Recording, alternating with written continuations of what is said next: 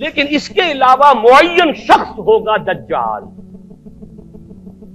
یہ معین شخص جو دجال ہوگا اس کے بارے میں بھی ایک تو بالکل متفق علیہ چیزیں ہیں. نمبر ایک کہ وہ شخص ہے، قطعی ہے، یقینی ہے، اس کا حلیہ بھی حضور صلی اللہ علیہ وسلم نے احادیث کے اندر بیان کیا ہے. دوسری بات یہ کہ اس کے ہاتھ میں قوانین قدرت، گویا کہ تسخیر کائنات گویا کہ نقطۂ عروج کو پہنچ چکی ہے. تمام اختیارات الہی تقریباً اس کے ہاتھ میں آ چکے ہوں. جو بڑے سے بڑے معجزے اللہ تعالیٰ نے نبیوں کو دیے ہیں وہ معجزے کر کے دکھائے گا. وہ مردہ کو زندہ کرے گا، مردہ لوگوں کی افواہوں کو لے کر آئے گا، ان کی روحوں کو، اگرچہ جھوٹی روحیں ہوں گی، وہ شیاطین جن ہوں گے جو ان کا بھیس بدل کر آئیں گے، لیکن یہ کہ وہ لوگوں سے کلام کریں گی. یہ اسپرچولیزم جو اپنی انتہا کو پہنچا ہوا ہے یورپ میں اور مغرب میں، یہ در حقیقت اسی کا ایک مظہر ہے. وہ کھلے بیابان کو کہے گا جہاں بالکل ٹکیل جو ہے وہ صحرا تھا، گل و گلزار کر دے گا جب چاہے گا، جب چاہے گا، جہاں چاہے گا بارش برسائے گا. فاصلہ اس کے لیے بے معنی ہوگا. اس کی سواری وہ ہوگی کہ جس کے دونوں کانوں کے درمیان فاصلہ 80 ہاتھ کا ہوگا. یہ سارے جو آج آپ کی اس ٹیکنالوجی کی جو انتہا جا رہی ہے اور جدھر جا رہی ہے، اس کو اچھی طرح سمجھ لیجیے. آج سے 100 سال پہلے شاید انسان ان چیزوں کا تصور نہ کر سکتا. وہ کوئی سواری ایسی بھی ہو سکتی ہے جس کے دو کانوں کے درمیان کا فاصلہ جو ہے وہ 80 ہاتھ کا ہو. آپ کے یہ سارے جیٹس جو ہیں وہ کیا ہیں؟ ان کے رڈارز جو لگے ہوئے ہیں، دونوں کان ہیں ان کے. اس کا ایک قدم اگر مدینے میں ہوگا تو دوسرا بیت المقدس میں ہوگا. اس کی آواز پوری دنیا میں سنی جائے گی. سنی جا رہی ہے کہ نہیں؟ یہ ساری قدرت، ساری قوتیں، تسخیر کائنات کلیتاً ایک آدمی کو چیر کر دو ٹکڑے کرے گا، دونوں ٹکڑوں کو علیحدہ کرے گا، ان کے درمیان چلے گا اور پھر ان دونوں کو جوڑے گا اور کھڑا کر دے گا. احادیث میں ساری موجود ہے.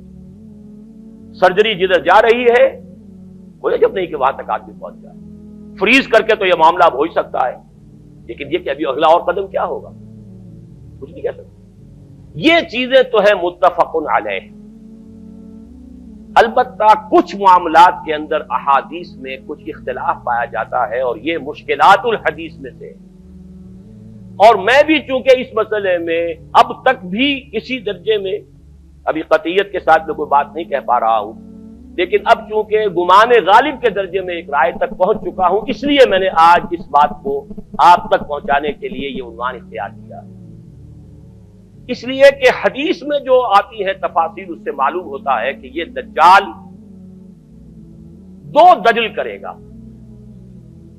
یا تو وہ دو دجل کرنے والے دو دجال علیحدہ ہیں، یا یہ دونوں دجل کرنے والا شخص ایک ہی ہے. بس یہ مسئلہ ہے کہ جو آج تک مجھ سے حل نہیں ہوا تھا، اب تک کہنا چاہیے آج تک نہیں. اور یہ اس میں علماء سے بھی گفتگو ہوئی ہے، اور جن لوگوں نے اس مفہوم موضوعات پر اپنا وقت لگایا ہے ان سے بھی گفتگویں ہوئی ہیں، تو وہ بھی اس مسئلے کو حل کرنے سے تاحال قاصر رہے. لیکن یہ کہ اب میری رائے یہ ہے کہ یہ دو شخص ہیں علیحدہ علیحدہ، واللہ عالم. لیکن ایک رائے تک میں پہنچ چکا ہوں، اس لیے وہ رائے آپ کے سامنے رکھ رہا ہوں، اور آپ کے ذریعے سے وہ آگے بھی پھیلے گی تو اہل علم کے ساتھ جو ہے اس معاملے کے اندر تبادلہ خیالات کی بھی نوبت آئے گی انشاءاللہ. لیکن یہ کہ اس میں یہ بات قطعی اور یقینی ہے کہ اس طرح کا ایک شخص پیدا ہوگا. البتہ یہ کہ آیا وہ دو ہوں گے دو مختلف اوقات میں، یا ایک ہی ہوگا ایک ہی وقت میں، صرف اس میں اختلاف ہے. میرے نزدیک وہ دو ہوں گے. ایک وہ شخص جو جھوٹا مسیح ہونے کا دعویٰ کرے گا، المسیح الدجال. جیسے حضور نے فرمایا میری امت میں 30 دجال اٹھیں گے جو نبی کا دعویٰ کریں گے، جن میں سے 5-6 تو حضور کے اپنے زمانے میں اور آپ سے متصل اٹھ کھڑے ہوئے تھے. بعد میں محمد علی باب ہو، بہاء اللہ ہو، قادیانی، اور نہ معلوم کہاں کہاں کون کون اٹھے ہوں گے، واللہ عالم. اسی طریقے سے ایک شخص مسیح ہونے کا دعویٰ کر کے کھڑا ہوگا، یہودی ہوگا. یہ ہے اصل میں وہ شے. اور اس میں جو ان دونوں شخصیتوں کے مابین اگر کوئی ذرا سا اگر ابہام رہا ہے تو میں ایک حدیث بھی نوٹ کر کے لایا تھا، حضرت عبادہ ابن صامت رضی اللہ تعالی عنہ سے ہے، عن رسول اللہ ہے، انی حدثتکم عن الدجال حتی خشیت اللہ تعقلوا. میں نے تمہیں دجال کے بارے میں بہت سی باتیں بتائی ہیں تو مجھے یہ گمان ہوا کہ شاید تم اسے سمجھ نہ پاؤ. یہ اندیشہ خود حضور صلی اللہ علیہ وسلم کو ہوا ہے، اور یہ سنن ابی داؤد کی روایت ہے۔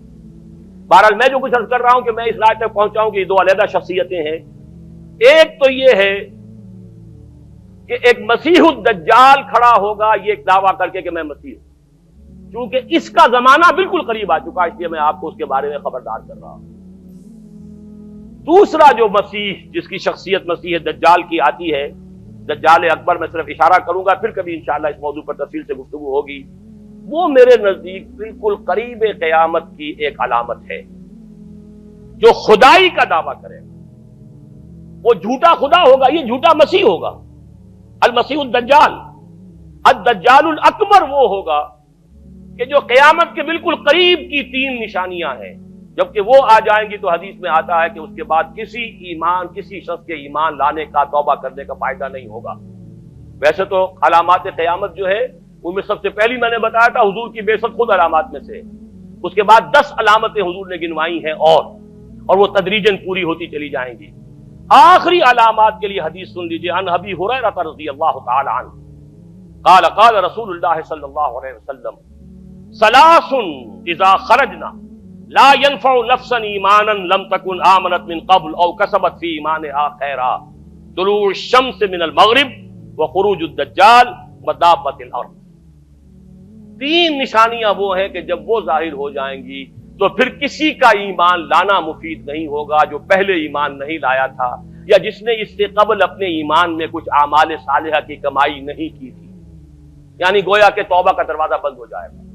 جیسے جب موت کے آثار شروع ہو جاتے ہیں تو توبہ کا دروازہ انسان کے لیے بند، اب جب موت کے آثار شروع ہو گئے اب توبہ کرنا فائدہ نہیں، اس سے پہلے توبہ کا دروازہ کھلا ہوا۔ معلم یغرغر، جبکہ وہ موت کے آثار شروع ہو جاتے ہیں، گھنگرو بولنا شروع ہو جاتا ہے، معلوم ہوتا ہے کہ اب جا رہا ہے، اب توبہ بیکار۔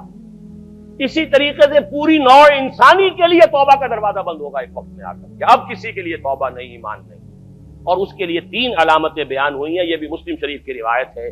آپ نے فرمایا 3 چیزیں وہ ہیں کہ جب وہ ظاہر ہو گئیں تو پھر کسی کا ایمان لانا جو اس سے پہلے ایمان نہیں لایا تھا، اور اپنے ایمان میں اس نے کچھ اعمال صالحہ کی کمائی نہیں کی تھی، اب قتل مفید نہیں ہوگا اس کے لیے ایمان لانا۔ وہ 3 نشانیاں ہیں، طلوع الشمس من المغرب، سورج مغرب سے طلوع ہوگا۔ نظام شمسی میں کوئی اختلال ایسا ہوگا کہ جس سے سورج بجائے مغرب سے نکلے گا۔